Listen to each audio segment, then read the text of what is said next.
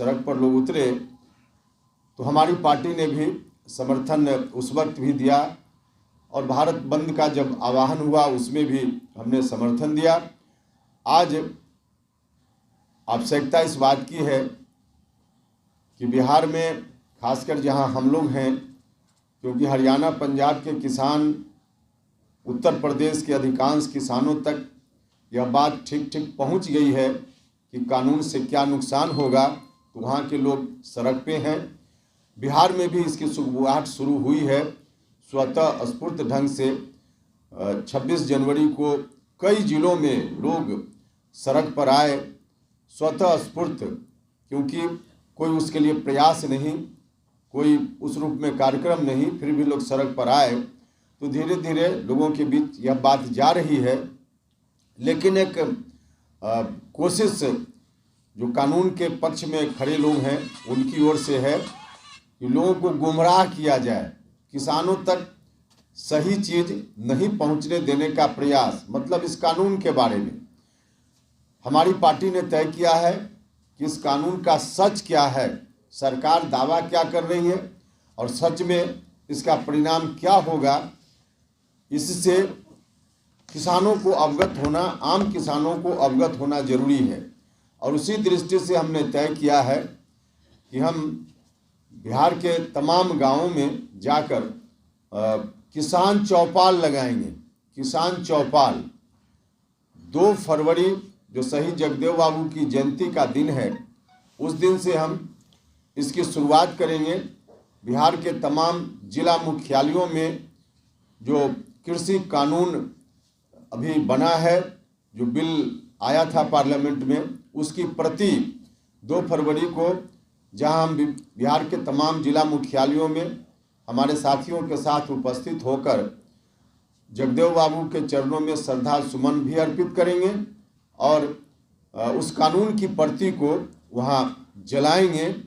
और उस दिन से इस कार्यक्रम की, किसान चौपाल के कार्यक्रम की शुरुआत होगी। पूरा फरवरी महीना 28 फरवरी तक, 2 फरवरी से लेकर 28 फरवरी तक हमारा कार्यक्रम यह चलेगा।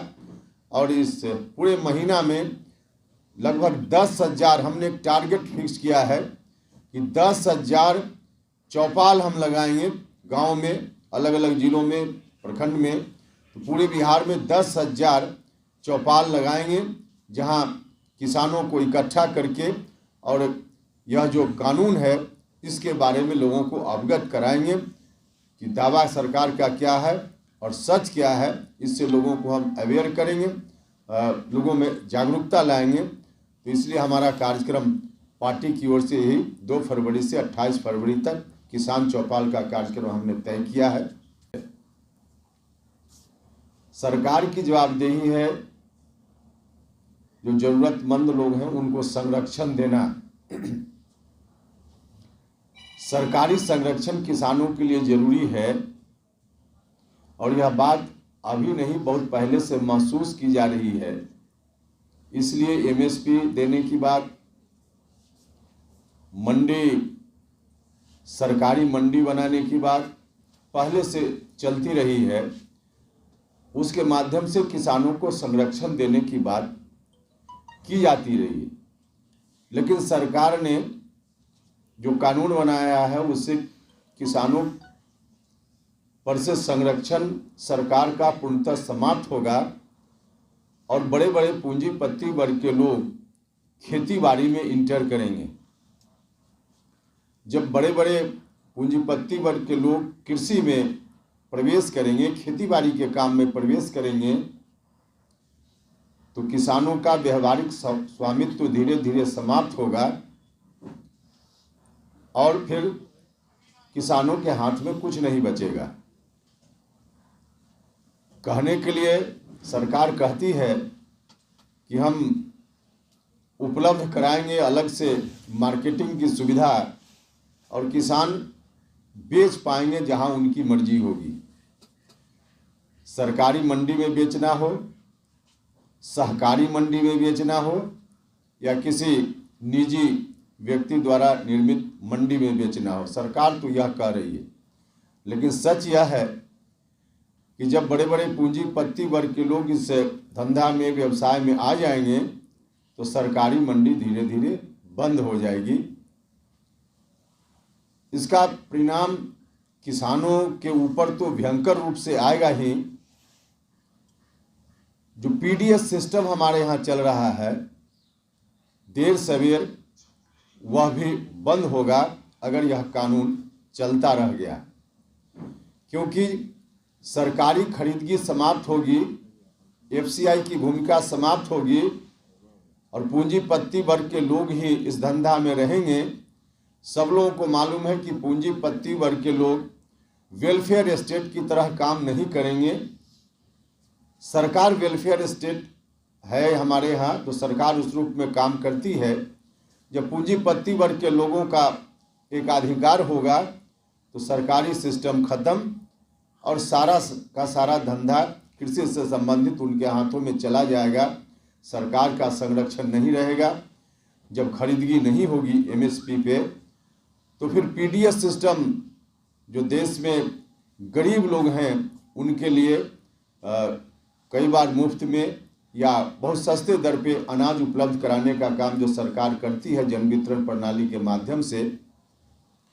अभी कोरोना का संकट आया था, उस वक्त भी सरकार के पास भंडार था, तो सरकार ने कोशिश करके लोगों तक पहुंचाने का काम किया। तो इस तरह से जो पीडीएस सिस्टम के माध्यम से आम लोगों को, गरीब लोगों को जो सुविधा उपलब्ध है, उससे भी लोग वंचित होंगे देर सवेर।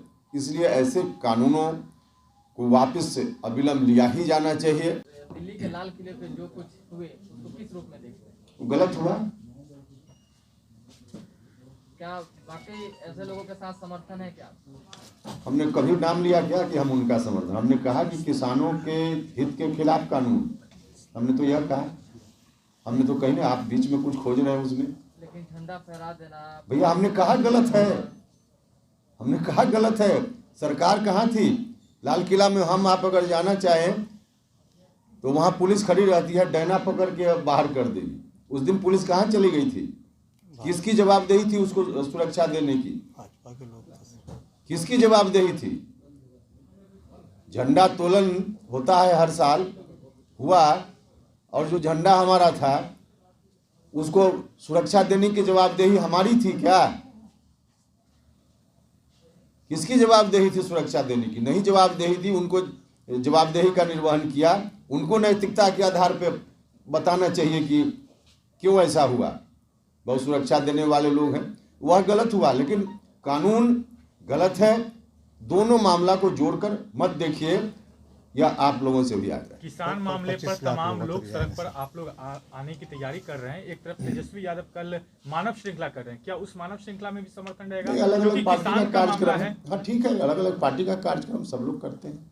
क्या आप भी शामिल हो रहे हैं? अरे भैया, हमने कहा कि अलग अलग पार्टी का कार्यक्रम है। आप चौपाल जब सर लगाएंगे तो पूरे बिहार भर में अलग अलग प्रखंड लेवल पे, जिले लेवल पे लगाएंगे? हाँ हाँ, कहा ना हमने 10,000 गाँव में लगाएंगे, अलग अलग 25 लाख लोग। लगभग इस 10,000 चौपाल के माध्यम से 25 लाख किसान के घर तक हम जाएंगे। 25 लाख किसान के घर तक जाएंगे।